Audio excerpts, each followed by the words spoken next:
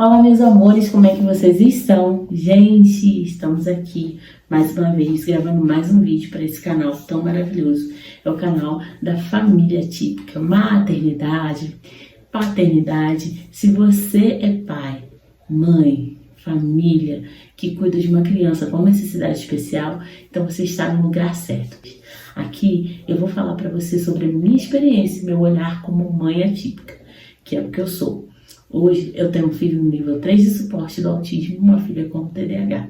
E eu quero trazer para vocês aqui muito esclarecimento de muitas coisas. Muitas das vezes esclarecimentos sobre os nossos filhos, esclarecimentos também sobre a gente. Se você chegou até aqui, não esqueça de dar o like no canal, se inscrever nesse canal e apertar o sininho para as notificações. Assim você vai saber toda vez quando o nosso canal tiver um vídeo para trazer para você.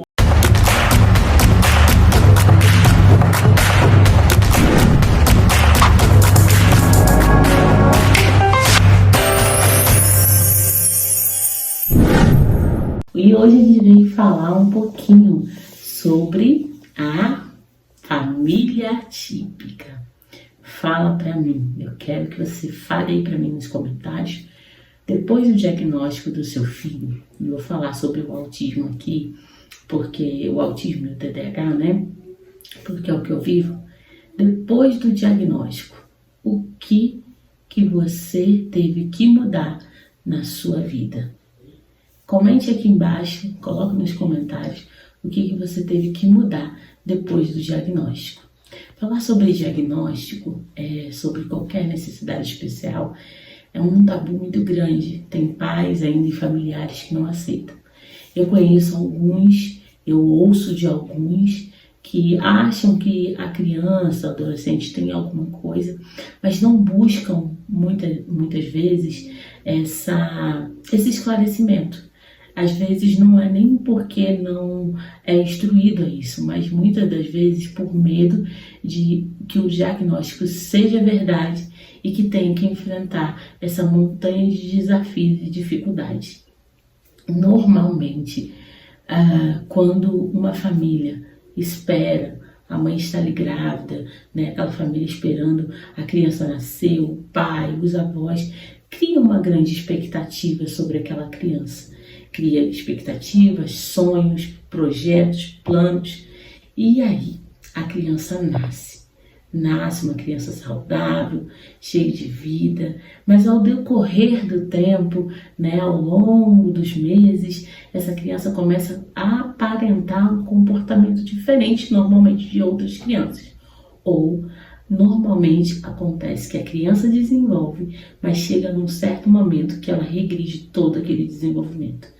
E aí, a cabeça da família, dos pais, da mãe, né, dos avós, daquele que cuida ali, começa a entrar em parafuso. E a pergunta que não quer calar, o que o meu filho tem? Então começa aquela corrida em busca do diagnóstico para saber com que você está lidando, com o que a criança tem, qual a situação daquela criança naquele momento. Ou, muitas das vezes, essa família, esse pai, essa mãe, acaba ignorando certos comportamentos para não quebrar a bolha dos sonhos deles. Isso acontece muito. E se você passa por isso hoje, que bom que você está aqui, porque hoje eu quero trazer para você um posicionamento que você, como família, precisa ter com respeito aos seus filhos. Deixa eu deixar bem claro, nós não queremos rotular e não sou a mãe que quer rotular o seu filho por ter alguma coisa ou achar que tem alguma coisa. Não sou eu que vou dizer se seu filho tem ou não tem. Eu não sou médica, nem psicóloga e nem neuropediatra para trazer, né, a solução do diagnóstico para o seu filho. Mas existem profissionais qualificados que vão dizer para você o que você precisa fazer e se realmente seu filho tem uma necessidade especial. Eu falo sempre, gente, que quanto mais cedo o diagnóstico, melhor. Vamos tirar esse fator, né? As pessoas falam muito sem saber, achando que o autismo ou outra necessidade especial é uma doença. Não. O autismo é uma condição. tá? A criança nasce com essa condição. É como se fosse uma reprogramação dos neurônios. Sabe o computador, quando você faz uma reprogramação do computador e coloca coisas específicas no seu software? Então, é normalmente isso que acontece.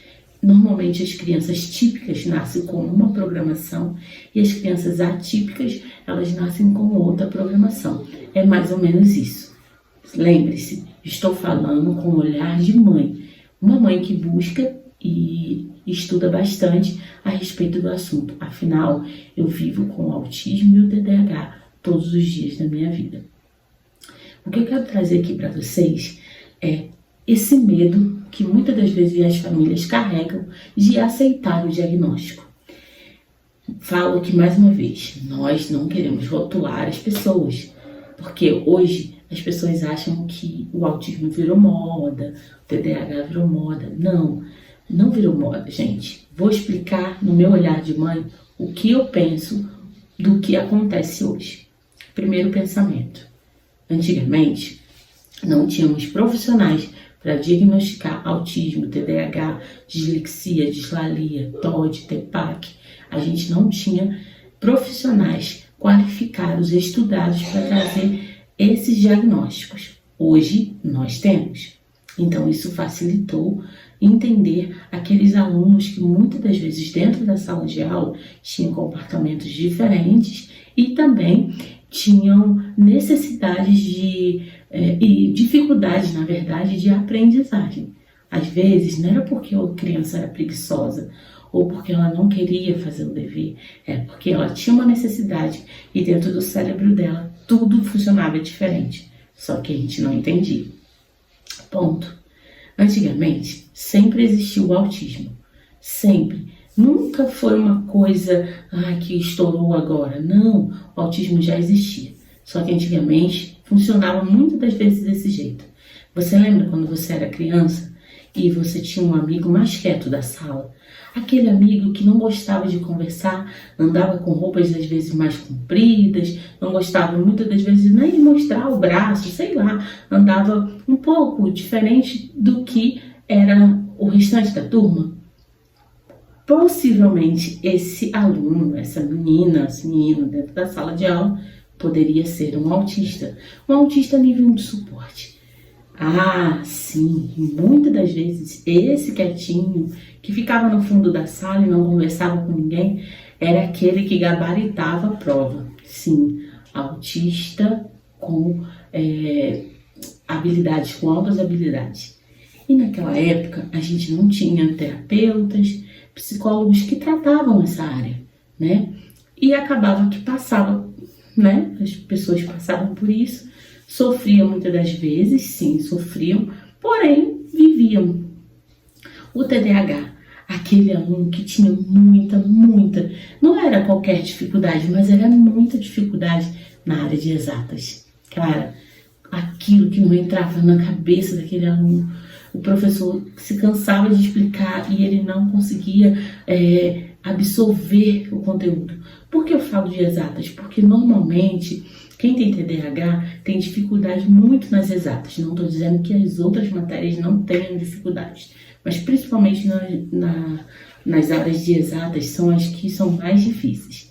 Aí, normalmente, essa pessoa com TDAH, eu falo aluno, gente, que eu estou me referindo à escola, mas essa criança com TDAH, esse adolescente com TDAH, qualquer coisa dispersava ele, qualquer coisa fazia ele sair daquele contexto da explicação. E ele também não conseguia manter um assunto, sabe? Ele começava a falar sobre brincar de bonecas, a menina, e daqui a pouco estava falando de batata frita no meio da conversa das bonecas. Enfim, esse era o tipo de TDAH. Porém, passaram de forma muito difícil, né? Talvez muito sacrificante. Quantas vezes alunos repetiam de série, né? Porque não conseguiam alcançar a nota, não conseguiam absorver o conteúdo e acabavam reprovados, né? E tinham que repetir série. Quantos desses estavam na sala de aula, em outros ambientes também, né? E viviam todas essas coisas. Quem se lembra daquela criança que não saía para brincar? Todo mundo brincava na rua e aquela criança, a mãe não deixava ela brincar, ela ficava dentro de casa. E ela também não gostava de se socializar, ela ficava dentro de casa quieta, presa lá dentro. Ou crianças que você percebia que tinha algo diferente de você e elas não saíam para brincar porque os pais deixavam elas lá presas. Porque tinha alguma questão e os pais não sabiam lidar com aquela situação. Ou quantas clínicas psiquiátricas que nós já sabemos que tinham muitas pessoas com necessidades especiais, muitas delas neurodivergentes, muitas delas com necessidades especiais na área neurológica, sim, e os autistas estavam inseridos ali, com vários tipos de testes, vários tipos de situações que faziam muitas das vezes eles sofrerem, porque eram altas quantidades de remédio que eram introduzidas naquelas pessoas com necessidades especiais e, na verdade, elas não se recuperavam, elas não conseguiam melhorar, se é que eu posso dizer isso, mas elas iam só regredindo, até chegar, muitos deles, de perderem a sua própria vida dentro daquelas clínicas psiquiátricas, que, graças a Deus, hoje não funciona mais dessa forma. Eram hospitais, sanatórios, que pareciam mais prisões do que lugar onde uma pessoa podia se recuperar. E isso acontecia muito. Então já existia o autismo, sabe? O autismo, o TDAH e as outras condições, elas já existiam. Só não tinham pessoas que podiam tratar e nem pesquisadores para trazer, né, a claridade da situação e trazer um laudo para a gente entender o que aquela criança tinha no momento. Imperatividade, né? Quantas crianças imperativas, né, aceleradas e cresceram, né, e se desenvolveram mesmo assim, e elas estão aí. E o que ocorre, gente? Por que hoje tem muitos autistas? Porque os autistas cresceram. Com todas as suas dificuldades, eles cresceram, estudaram, se desenvolveram e tiveram filhos. E normalmente existem estudos que dizem que o autismo ele também é genético, né? Existem alguns estudos que dizem que ele é hereditário e genético. Então, sobre a questão da genética, eu falo a respeito disso. Quando a genética, a probabilidade do seu filho nascer com aquela condição é muito grande. Então, normalmente isso acontece dentro das famílias. Hoje existem crianças com necessidades especiais com autismo, vou falar o autismo, e quando os seus pais, muitas das vezes, vão fazer a investigação para eles, descobrem que um dos pais, ou avô, ou avó, ou tio, ou primo, alguém da família tem o autismo, alguém da família tem TDAH. Por quê? Porque é uma genética, vem de pai para filhos, né? Na família aí alguém tem essa necessidade e passa logo pro filho. Então, muitas vezes, você olha para o seu filho, às vezes não aceita o diagnóstico, procure saber se dentro da sua família existem pessoas com essa necessidade especial e, no seu caso, se você também tem. Quantos pais descobriram o autismo tardio porque descobriram primeiro nos seus filhos e depois entenderam que eles também eram autistas ou com TDAH. Então é isso, gente. O diagnóstico não é para você ficar apavorado, não é para trazer destruição na sua família. Eu sei que a caminhada do autismo, TDAH e outras condições não é fácil. A gente sabe, porque a gente vive isso na pele. Só que não é impossível viver. E qual é o meu conselho que eu dou para cada família? Aceite o diagnóstico e comece a cuidar e tratar seu filho. Quanto mais o diagnóstico cedo, mais condições de tratamento e desenvolvimento dessa criança você vai ter. Desenvolvimento desse adolescente ele vai ter. Hoje eu tenho um filho com 8 anos. Nós descobrimos o diagnóstico dele com 2 anos de idade. Com 2 anos de idade, ele já começou a ter tratamento para desenvolvimento. O Thiago cresceu, algumas coisas ele já desenvolveu, principalmente o desfraude, O Thiago usou fralda até os 7 anos, meados de 7 anos. Hoje, com 8 anos, vai fazer 9, o Thiago ele não usa mais fralda. Porque houve todo um trabalho para que o Thiago desfraldasse. Eu sei que é difícil, eu sei que ouvir isso, uma criança com 8 anos ainda, né, tá saindo dos fraudes, eu sei que é difícil você ouvir isso. Mas se você, pai, família, não se posiciona, aceita o diagnóstico e ajuda o seu filho a desenvolver, você não vai deixar com que o seu filho tenha uma vida normal, natural, que ele consiga atingir outros degraus na vida, né? É possível, mesmo com um filho com autismo nível 3 de suporte, que é o meu caso, é possível que o seu filho desenvolva ao ponto de ter uma vida independente. É possível. Se você aceita o diagnóstico o mais rápido possível e começa um tratamento, tudo é possível. Se você se esforça, se você consegue, né, buscar aquilo que o seu filho necessita. E é assim, gente, não é fácil. A gente sabe que hoje o Sistema Único de Saúde não tem abrangência para terapia para todas as pessoas com necessidades especiais. Infelizmente, é uma realidade no nosso país. Triste, mas é a realidade. Porém, temos ONGs e também prestadores de serviço, que são pessoas que às vezes prestam um serviço a uma comunidade e possam trazer algum tipo de serviço terapêutico. Isso é muito bom. Nós temos as igrejas que muitas das vezes também elas dão à comunidade a possibilidade de ter algum tratamento. É possível. E por último, também temos convênios de saúde, que infelizmente hoje não estão tão bons como eram antes. Porém, ainda alguns desses conseguem trazer as terapias, os tratamentos que nossos filhos precisam. Às vezes você não tem condições de pagar um convênio. Eu também não tenho. Os meus filhos têm convênio de saúde, meus 2 filhos, porque a avó deles paga. Mas, às vezes, você consegue fazer o tratamento do seu filho numa ONG. Às vezes você vai conseguir fazer o tratamento do seu filho até pelo SUS, mesmo na dificuldade. Hoje o Thiago, ele faz pelo SUS a ecoterapia, né, pelo governo federal. Ele conseguiu, ficou 3 anos numa fila esperando essa terapia. E hoje ele faz ecoterapia e não é particular, é do SUS, né? Então, ele conseguiu. Nem tudo a gente consegue lá, mas muitas coisas a gente consegue.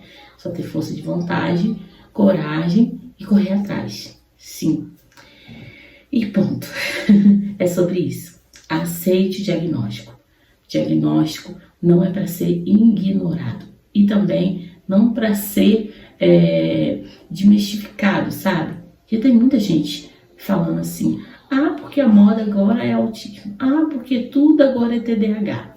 Ninguém está dando uma bengala para o seu filho andar sobre ela. O autismo, o TDAH, qualquer outra condição, nunca será uma bengala para o seu filho se apoiar nela. Não deixe isso acontecer. Porém, existe uma condição e ela precisa ser tratada. O autismo, o TDAH, qualquer outra condição sem tratamento traz grandes prejuízos à pessoa. Pode perceber que muitas pessoas que antigamente tinham diagnóstico, mas não sabiam, tiveram muitas dificuldades ao longo da sua vida, talvez até hoje tenham essas dificuldades, porque não tiveram o tratamento necessário para que pudessem romper várias etapas da vida. Então, não feche os olhos para a realidade que nós vivemos hoje. Se você percebe alguma coisa diferente no seu filho, é bom procurar um especialista. Não fique só em um especialista. Existem outros. Se você ainda tem dúvida, procura outro especialista. É necessário. Só um médico, uma equipe médica, poderá trazer a claridade da questão a respeito da necessidade especial que o seu filho possa ter ou não possa ter. Eu tenho um filho de 7 anos, são irmãos dos outros 2. Ele não tem nenhuma necessidade especial. Nós investigamos porque foi necessário, por ter 2 irmãos com necessidade especial, eu fui para a investigação. Até então, com 7 anos, ele não apresentou nenhuma das 2 necessidades especiais, nem o TDAH e nem o autismo. Então, por esse motivo, por esse fato, entendemos que o Levi é uma criança típica, que não tem a necessidade especial. Porém, o Thiago e a Sofia têm essa condição especial. Um é autista, né? E o outro é TDAH. Então, é isso que eu queria falar com vocês hoje. Deixo aqui para vocês, não desistam, não parem, continua prosseguindo, porque eu sei que ser pai de criança com necessidade, pais, né, de criança com necessidade especial, ser família típica é uma das maiores dificuldades hoje, né? Não é fácil para ninguém, mas procure estar bem informado sobre todas as coisas. Busque conhecimento, não ande à margem da falta do conhecimento, tá? Sempre busque conhecimento para que você tenha mais clareza e saiba o que está acontecendo com o seu filho. Então, hoje isso é só, gente. Não esqueça de se inscrever no nosso canal. Se você quer entender um pouco mais a respeito de todos esses assuntos da neurodivergência na visão de uma mãe atípica, então você fique aqui conosco e até a próxima e muito obrigada. Tchau!